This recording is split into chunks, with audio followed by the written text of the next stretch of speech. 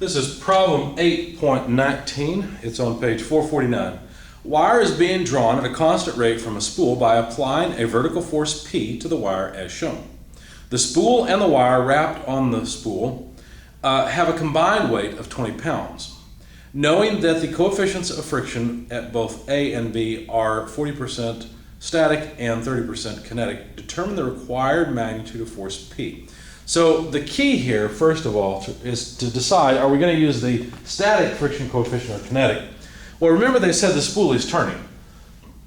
So the spool's already in motion. We're just trying to find out how much force P is required to keep it in motion. So let's sketch the system. Got a corner. It's not supposed to be at an angle. It's just my bad drawing. And that's supposed to be a circle. Again, just my bad drawing. There's a 3-inch dimension to get to the inner spool where the wire, whatever it is being pulled off of the spool with force P. And there's further 3 inches more between that inner diameter or the inner radius and the center of the spool. Point B is here, point A, another contact point is here. Now, the first thing I did is create a free body diagram. The weight of the whole thing acts through the center. The force P acts over 3 inches from the center because it's the same radius of the inner drum. I'll draw the inner drum in hidden lines so you can see it. If P is drawing off of the spool, then the spool is rotating clockwise. That means that the friction at B must be acting upward. It's acting opposite of motion. And to have any friction, there must be a normal force at B. Let me move the weight up just a bit. That way I can draw point A and put forces on it, and hopefully this will all make sense. So there is a normal force at A, but there's also a friction force, and that friction force must also act opposite of motion. Okay? So there are the forces acting on the drum. All right, so let's start by summing moments about the center of the drum. We'll call that point C. I don't know if they did. I don't remember. I don't think they did, but we will. So some moments about that point, what do we have? Well, P causes a negative moment about the center. So negative P times 3 inches. What else? Well, the friction both frictions cause a moment, but notice that the normal forces pass through the center, so they do not have a moment arm and therefore cannot cause a moment. However, both frictions cause a positive moment, so plus Fa multiplied by 6 inches, right, because the friction acts on the outer drum, which has a radius to the center of 6 inches, plus Fb times 6 inches, and that's it, equals 0. There aren't any other forces that have moments about the center. Now, if we continue with this, we can solve for P. We'll just divide through by 3. So it's just, well, 2Fa plus Fb. Okay. Now, we also know that the friction generally is the friction coefficient times the normal force. Since we're sliding, we will choose the kinetic, not the static friction coefficient, which they gave to us as what, 30%?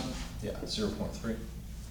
So we could also write that this is 2 times the friction coefficient, that would also factor out, times the sum of the normal forces. Okay? All right.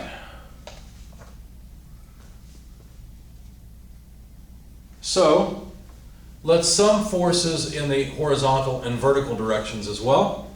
In the horizontal direction, let's see, we've got 2, Fa and Nb. Fa acts in the positive direction, Nb acts in the negative direction, but that's it. And so what does that mean? Well, Fa is equal to Nb, but Fa is also equal to mu k times Na. So there's a relationship. By the way, let me call this one equation 1 and I'll call this one equation 2, really this last bit here. If we sum forces in the vertical direction, Well, in the vertical direction, let's see, we got 1, 2, 3, 4 players in that game. So that's P plus FB. What else? Plus NA minus the weight. So plus NA minus the weight equals 0. And so what I did here is I replaced FB. And I also decided to move P and W to one side of the equation. So I moved them to the other side. So let's start with FB. It would be mu K NB plus NA, that takes care of these two terms, equals, we'll put the weight on the other side, it becomes W, put P on the other side, so minus P. And I call this equation 3. If we put equation 1 and equation 2 together, why would we do that? Well, I want to know the force P, don't I? I don't really care about these normal forces. I need to get the weight involved somehow. What do I get? Well, we've got P equals 2 mu K, have no problem with all of that.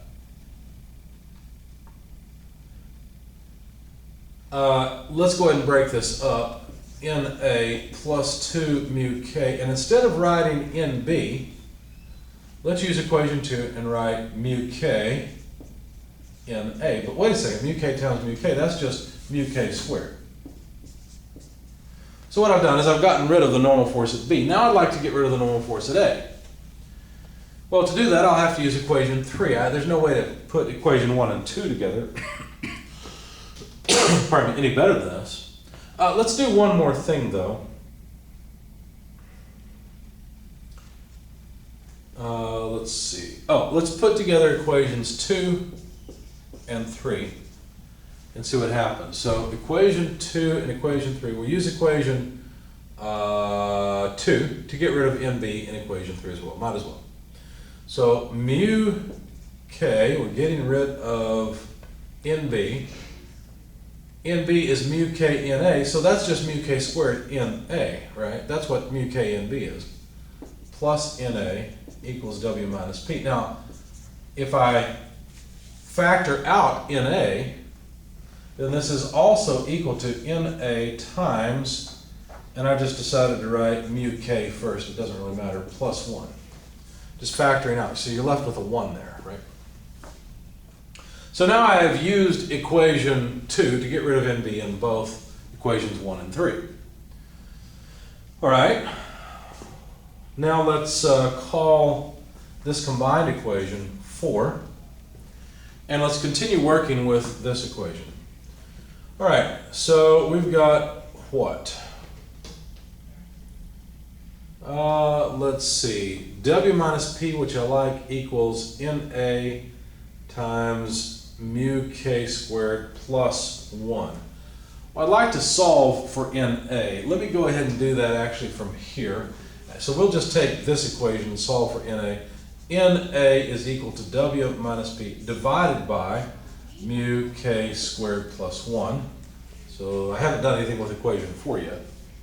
But now let me substitute this into equation 4.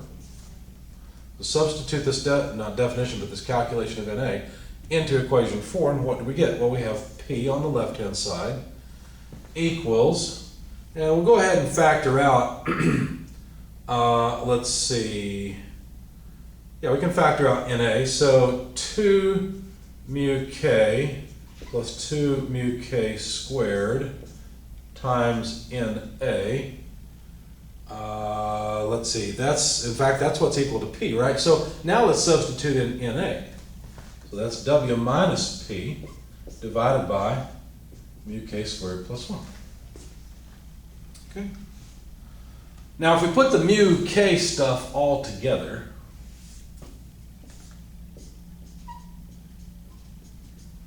you might realize, well, wait a second, this whole thing here, this mess, is really just a number. Because mu K is known, it's 30%. So when you plug in 0.3 here, here, and here, don't forget to square it here and here, and take the 2 into account as well, you will find a fraction. I was doing this on my phone, so it gave me fractions, I decided to use them. This is 39 over 109. That's what we end up with. Okay, so now we need to solve for P. Let me get rid of the free body diagram. I don't think we need it anymore. So if we solve for P from this equation, what do we have? Well, we have P equals 39 over 109 times W minus 39 over 109 times P. Okay. So if we now put, no, wait a second, I've done something wrong. What did I do? Oh, I know what it was. I calculated this without the 2 in my solution. If you include the 2, you get twice 39, so you actually get 78. There we go, if we include the 2. So there we go. I needed 78 here instead of 39, just twice of 39. Okay, that makes more sense. So now, P plus 78 over 109 P equals 78 over 109 W, and we can solve for P. P then is equal to 78 over 109 W divided by 1 plus 78 over 109. Just factoring out P, that's 1 plus 78 over 109, moving it to the denominator. There we go. I got tired of playing with it at this point, just plugged it into a calculator. This is 20 pounds, and so P comes out to about 8.3422 pounds force. That's the amount of force P required to keep this spool moving. Now, if you stop moving, if the spool were to stop moving, that's a different problem. But then you'd have to deal with static friction, and you'd have to find out what's going to happen. Will it just start rolling? Will it start moving away? What exactly will happen? So that's the end of problem 19.